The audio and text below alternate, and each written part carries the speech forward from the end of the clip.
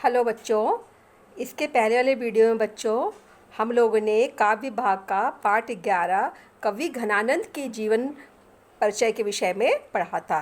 चलिए बच्चों, अब हम शुरू करते हैं घनानंद की लिखी हुई कवित्त और इनकी जो है कवित्त भी लिखा हुआ है इन्होंने और सवैया भी लिखा हुआ है। तो पाठ का परिचय जाने कि कवित्त और सवैया में कवि घनानंद ने क्या बताया है। देखिए बच्चों, यहाँ कवि घनानंद के 2 कवित्त तथा 2 सवैये दिए जा रहे हैं।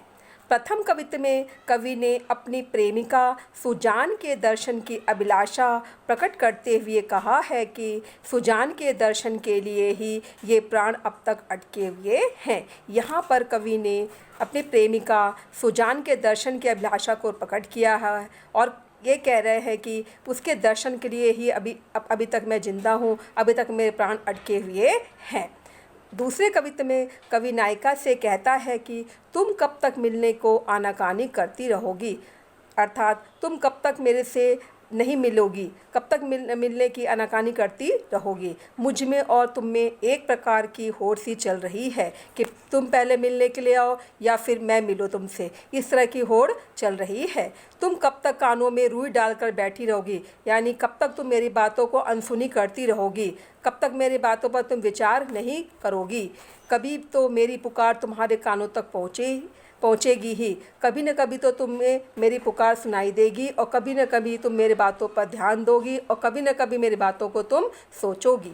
आगे प्रथम सवैया में कवि ने विरह और मिलन की अवस्थाओं की तुलना की है। इसके बाद बच्चों विरह और मिलन, जिसको संयोग और वियोग का भी नाम दिया जाता है। प्रेमी कहता है कि संयोग के समय तो हम तुम्हें देखकर जीवित रहते थे, जब सुख का समय था तो हम तुम्हें देख करके जीवित रहते थे और मन ही मन आनंदित होते थे। अब वियोग में अत्यंत व्याकुल रहते हैं, अब जब दुख आ पड़ा है तो अब मिलने के लिए काफ़ी बेचैन रहते हैं। अंतिम सवैया में कवि कहता है कि मेरे प्रेम पत्र को प्रीतमा ने पढ़ा भी नहीं, और अंत में कवि क्या बताता है कि जो मैंने प्रेम पत्र भेजा था उसको कवि ने वो जो नायिका प्रीतमा जो है सुजान ने पढ़ा भी नहीं और उसे फाड़ करके टुकड़े टुकड़े कर दिया और उसको टुकड़े टुकड़े कर दिया। तो इस प्रकार से बच्चों ये कवि घनानंद के कवित्त और सवैया के विषय में मैंने आप लोगों को बताया। आइए बच्चों, पहले कवित्त के विषय में जाने की पहले में कवित्त में कवि ने क्या बताया है। तो बच्चों इसकी सब प्रसंग व्याख्या हम जानेंगे। तो सबसे पहले काव्यांश पढ़ेंगे। काव्यांश में कवि ने क्या बताया है। काव्यांश इस प्रकार है बच्चों।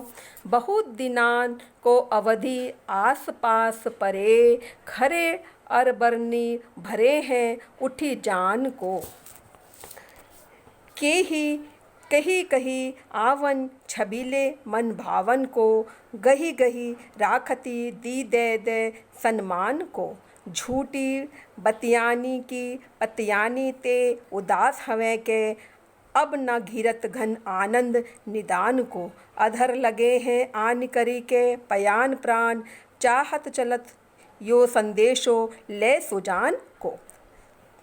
ये बच्चों क्या था, काव्यांश। सबसे पहले बच्चों संदर्भ के विषय में जानेंगे। संदर्भ इस प्रकार है बच्चों। प्रस्तुत काव्यांश पाठ्य पुस्तक अंतरा भाग 2 में संकलित एवं कवि घनानंद द्वारा रचित कवित्त से उद्धृत है।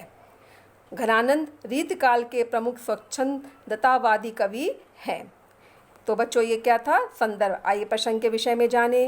प्रसंग इस प्रकार है। घनानंद के मथुरा प्रवास में नादिर शाह के सैनिक उनके पास धन मांगने के लिए गए हुए हैं। क्या मांगने के लिए गए बच्चों, धन मांगने के लिए गए हैं। सैनिकों को उनसे मांगे गए धन के बदले में उनके द्वारा उन्हें धूल दिए जाने पर सैनिकों ने उनके हाथ काट डाले।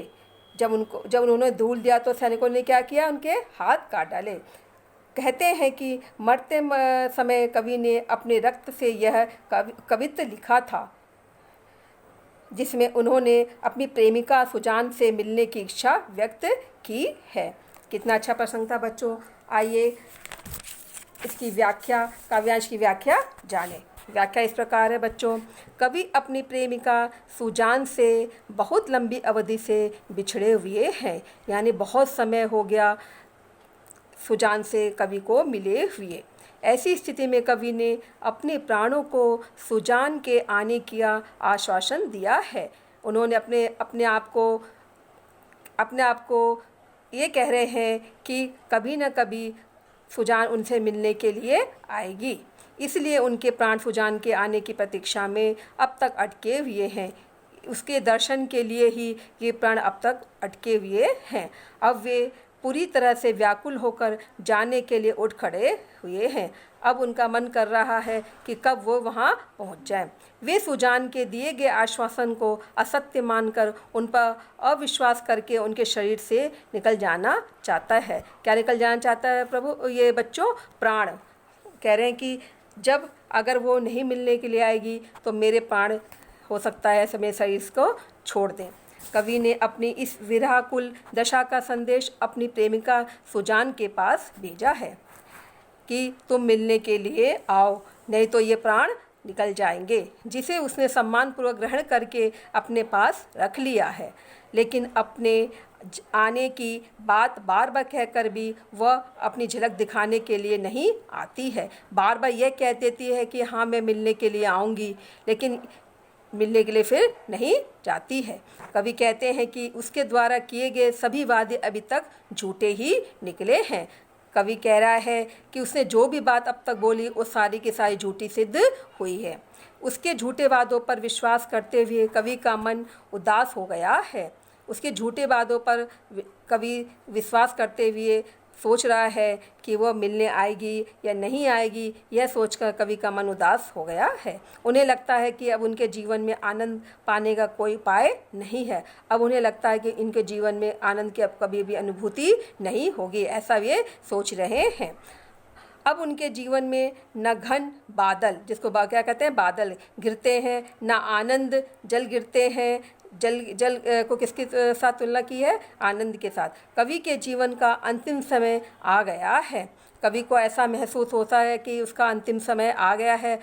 अब उनके प्राण भी शरीर से निकलने के लिए व्याकुल हैं, उनके होठों तक आ गए हैं। कवि अपने प्राण निकलने से पहले सुजान का संदेश लेना चाहते हैं। कवि का मन है कि उनके प्राण निकलने से पहले एक बार वे सुजान का दर्शन कर लें और अपने मन की बात उससे कह दें। कवि के कहने का तात्पर्य यह है कि कवि के प्राण सुजान का दर्शन पाने के लिए अभी तक अटके हुए हैं। कवि की सच्ची प्रेम कथा पर आधारित उनके जीवन की यह घटना एवं उनकी विरह व्यथा उनके कवित्व के शब्दों से साकार हो लोगों के हृदय को छू लेती है। यह जो घटना है बच्चों सच घटना है, जिसको पढ़ करके पाठक का हृदय अनुभूत हो जाता है। ये बच्चों काव्यांश की विशेष ये व्याख्या थी। आइए विशेष के बारे में जानें। विशेष में कवि ने बताया है कि इसमें ब्रज भाषा का प्रयोग किया गया है। दूसरा, विरह में मरण की दशा का भी वर्णन देखने को मिलता है। तीसरा है, संदेश पाने की इच्छा वाले नायक ने परोक्ष रूप से नायिका को यह संदेश दिया है कि तुम्हारा संदेश नहीं मिला तो मेरे प्राण निकल जाएंगे। इसके बाद बच्चों यहाँ पे वियोग श्रृंगार का भी रस देखने को मिलता है। इस प्रकार बच्चों ये पहले कविता की सप्रसंग व्याख्या थी जो आप लोगों के समझ में आ गई होगी। धन्यवाद बच्चों।